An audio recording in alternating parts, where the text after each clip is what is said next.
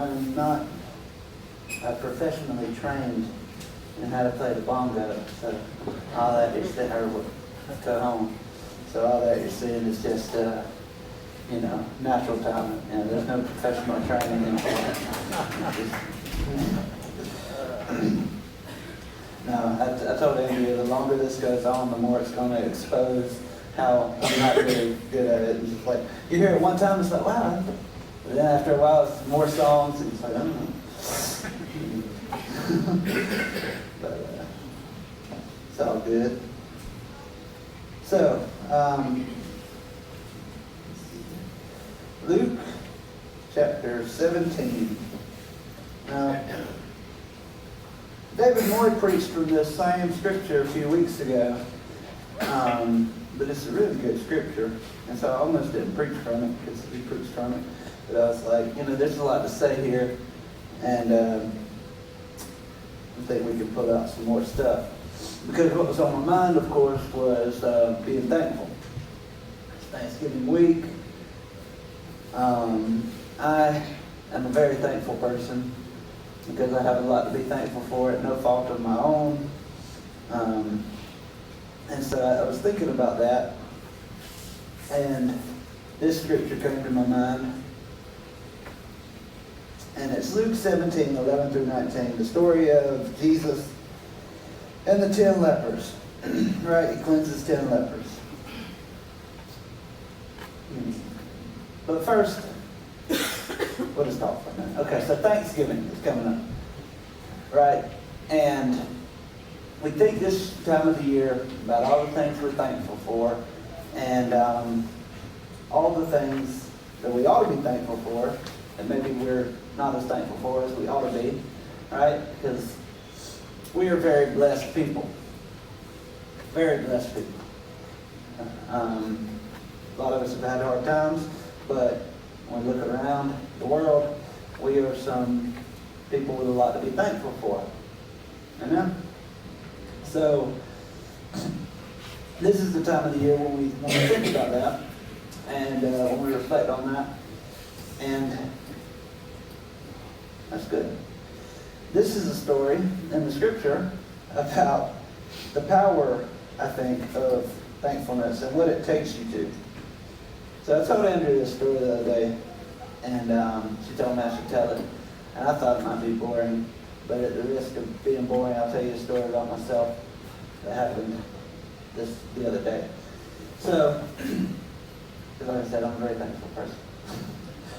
The other day, I was piddling around in my little garage workshop, my deal, and I'm doing something at my little vise. It's about like this, a little vise, I got.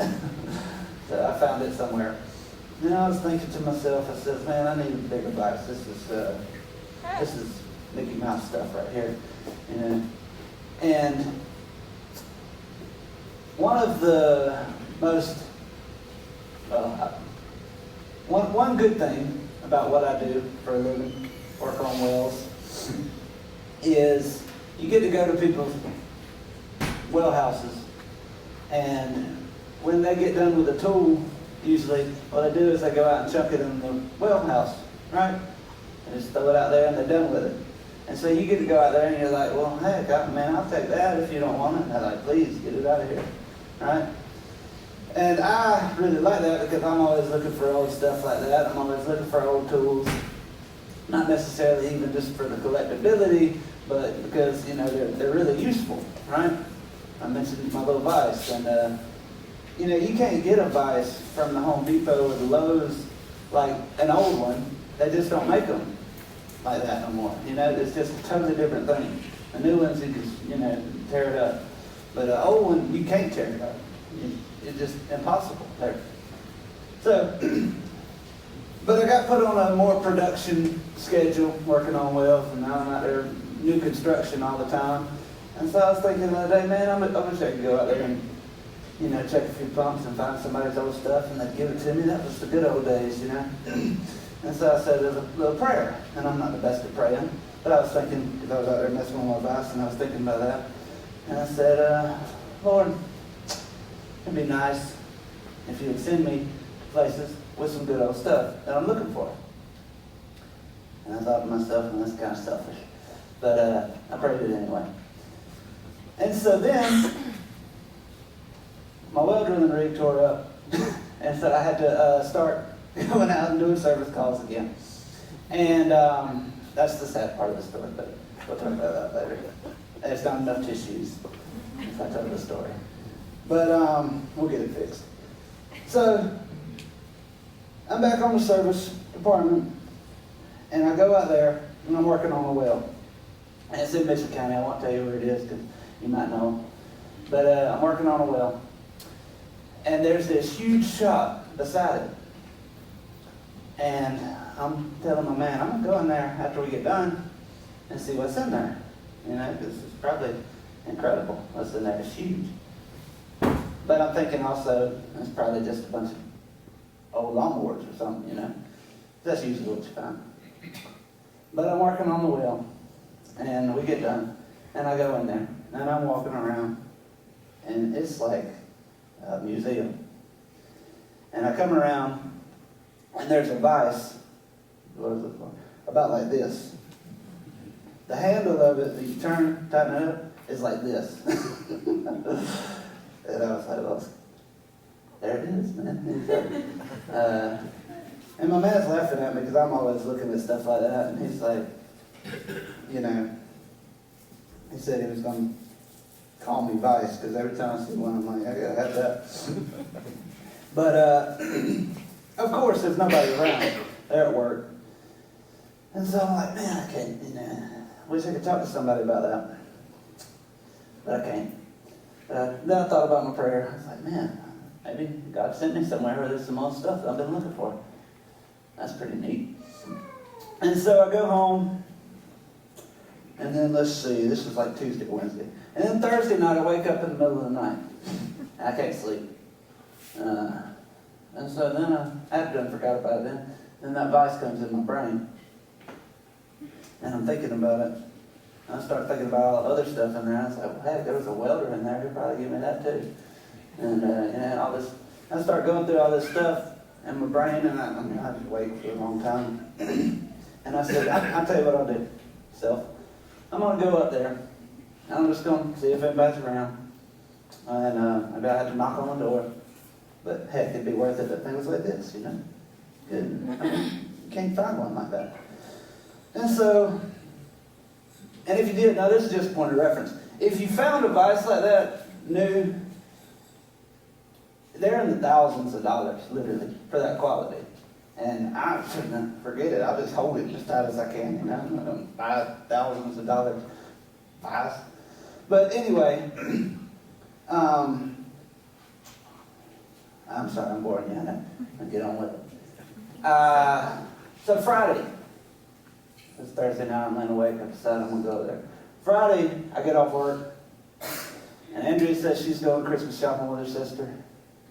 And I said, well, I got to work on my sermon. As bad as I want to go to Hobby Lobby. I got to work on my sermon. And so I reckon I'll hang around here. So I did it, and I wrote down my 4 points. Because you know me, I'm going to knock these 4 points out, and we're going to go. All right, I'm quick. But so I write down my 4 points, I read through the scripture, start thinking about it, work on it a little bit. And then I'm like, well, knock that out. Still, you know, got a little time. Maybe I'll ride up there and see them folks, because I was planning on this. I was going, maybe after church Sunday or something like that, I was going to stop by. But I said, I ain't doing nothing, I'll ride up there and see. And so I get up there, and I'm on the road, and I'm driving down the road to the house, and I'm looking at everybody else's house, and I'm like, there ain't nobody home. It's Friday evening. These people ain't going to be home. I might as well turn around. But then I says to myself, well, I prayed that God would send me to a place with all the stuff I'm looking for, and maybe I can pray again. So, I say another prayer. And I ain't the best at praying, but I said, you know, Lord, and I felt selfish again praying this prayer. I said, Lord, just, you know, I pray that somebody be home. I pray that they'd be easy to talk to, you know, and that you'd open the door for me to talk to them, and that I'd have favor with these people, that, just because this would be a blessing in my life. And I know God likes to bless people. And I hope He likes to bless me. I know He does. So, when I pull up to, it's around the curve, pull around the curve, there's a pickup pulling into the house. I'm like, well, there you go. There they are. This is perfect. And I pull in behind that truck. Somebody gets out. And there's just like 4 or 5 people standing around, just as happy as they could be. And I'm like, well, looky there. And I drove about 100 houses, and nobody was there. And these are the only people home. Well, thank you, Lord. So I walk up to them, and they're the friendliest people I've ever met. Hey, I'm Cody Gainous. I worked on the well. Oh, y'all are the best well people. Oh my gosh, that water's so good. Thank you so much. How long does it take to clear out? It'll take a few days. But that's fine. We like it dirty for a few days. They're just friendly. And I said, well, I was wondering about this shop down here. Is that y'all's stuff? Oh yeah, that stuff is junk. Yeah, that's our stuff. We need to clean it out, though. We try to get rid of everything in there. I said, you are. We try to get rid of everything in there. Well, I was just up here to see about your well and make sure everything was going good, but I'll take that big vice off your hands. Oh, please. Yeah, please, take that. And I offered him some money for it. He's like, oh, man, what? I gave him the money, but he was like, it ain't worth that. I look it up on eBay. It's like $500 for one. So I get home and clean it up. Patent 1912, 1914. It's like at least 100 years old because the patent would have run out after 15 years. So, and it's like this. And I was like, I gotta get a new table. My little flimsy old workbench, you kick it over. I gotta get a table. I'm finna go in business, man. This is the real deal. And I can't take it over to the shop because they will tear it up. They know how to. There's people working with us. There is. So anyway, the point of the story is that I prayed about it. Right? And I felt kind of selfish even for praying about it. But the Lord likes to bless people. And He blessed me this week. And I'm thankful. So I'm going to tell my little story. So Luke 17, 11 through 19. On the way to Jerusalem, He was passing along between Samaria and Galilee.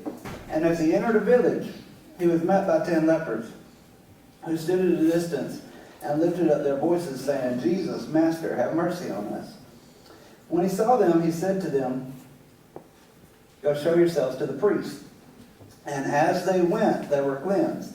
Then one of them, when he saw that he was healed, turned back, praising God with a loud voice, and he fell on his face at Jesus' feet, giving Him thanks. Now he was a Samaritan. Then Jesus answered, were not 10 cleansed? Where are the 9? Was no one found to return and give praise to God except this foreigner? And He said to him, rise and go your way. Your faith has made you well. That's the English Standard Version. Your faith has made you well. The King James Version says, thy faith has made thee whole. Okay. Thy faith has made thee whole. The Greek word is sozo, or the English pronunciation, but it's S-O-Z-O, something like that.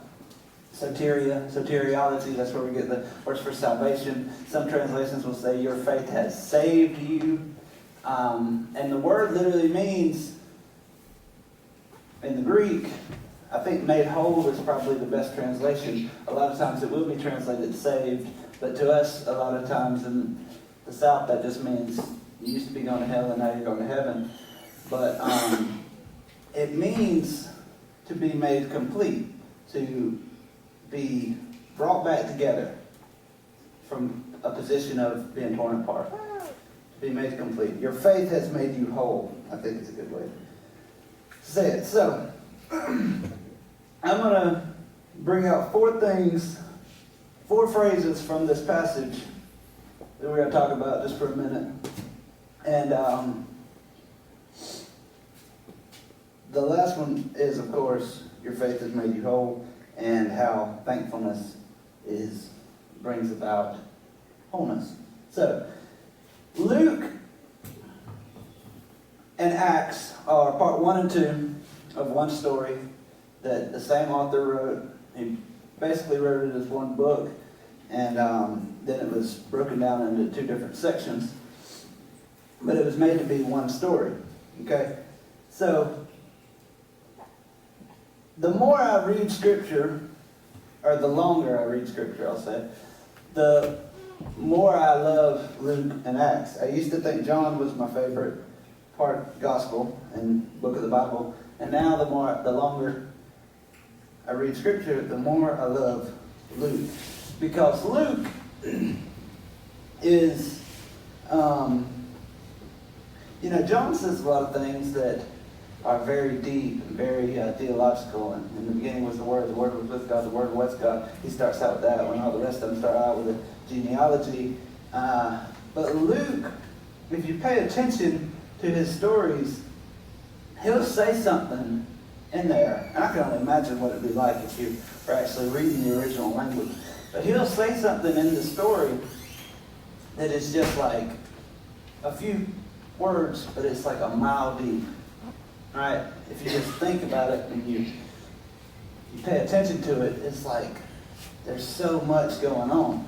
And there's 4 things like that in this little passage that I'm going to draw out. All right. The first one, and actually another one, a good one, is between Samaria and Galilee. And David talked about that.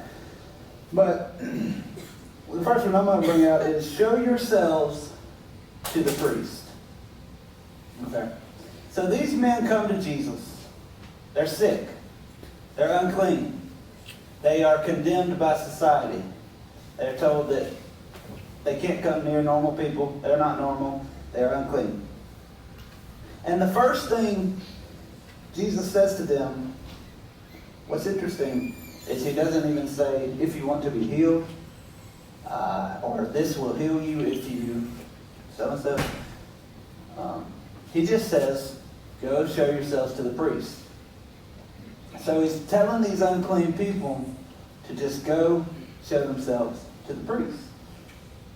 The interesting thing is the priest would have been the authority to tell them they were unclean. Right? The priests were the people who deemed them unclean, and now Jesus is telling them, as unclean people, to go and show themselves to the priest. So he's telling them that the people or the forces that have the authority to put you in the situation that you're in are now going to have to see that because of me, you've been freed from it. Right? So the law of Moses, which was what condemned us, we could not hold ourselves up to that standard. Because of Jesus, the law that condemned us and told us we were unclean now has no authority to do that anymore. We've been free from it. Okay? Number 2, as they went, they were cleansed. Go show yourselves to the priest. As they went, they were cleansed. That's just good. They're going to the priest. They're doing what Jesus told them to do. And perhaps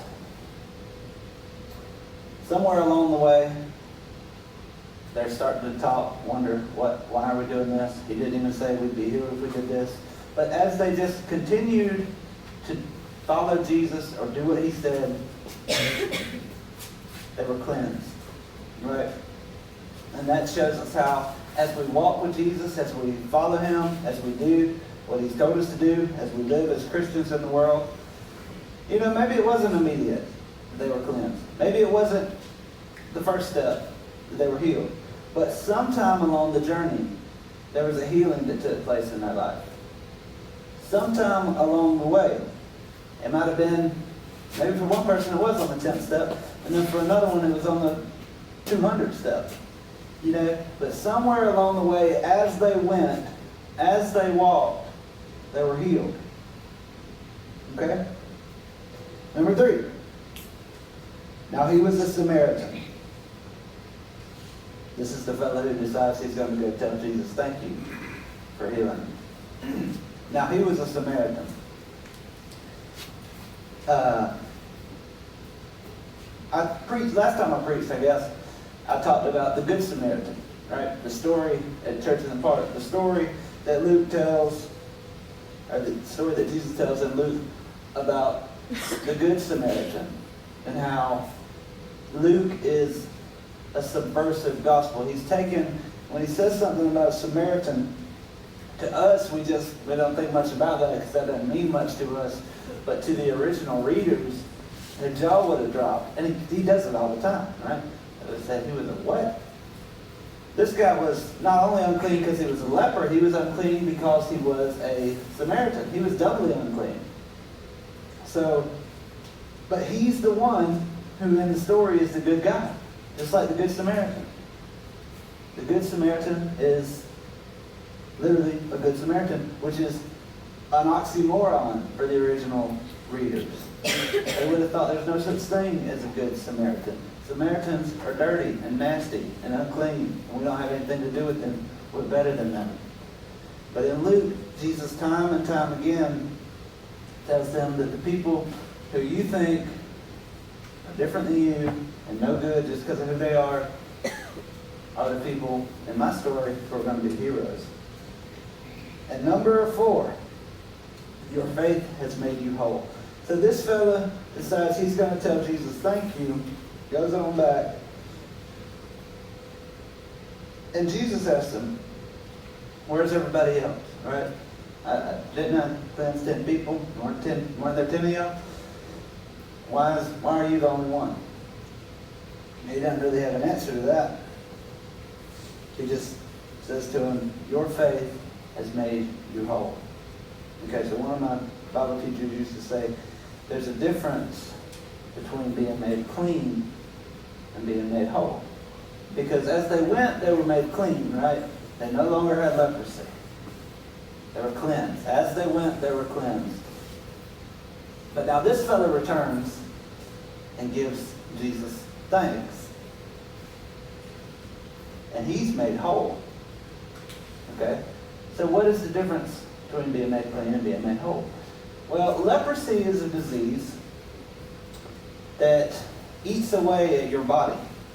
Right? You might lose a hand or an arm, foot. You might lose parts of your body because of leprosy, because it's like a skin-eating disease and everything. So, to be made clean means you don't have leprosy anymore. Right? Now you're leprosy-free.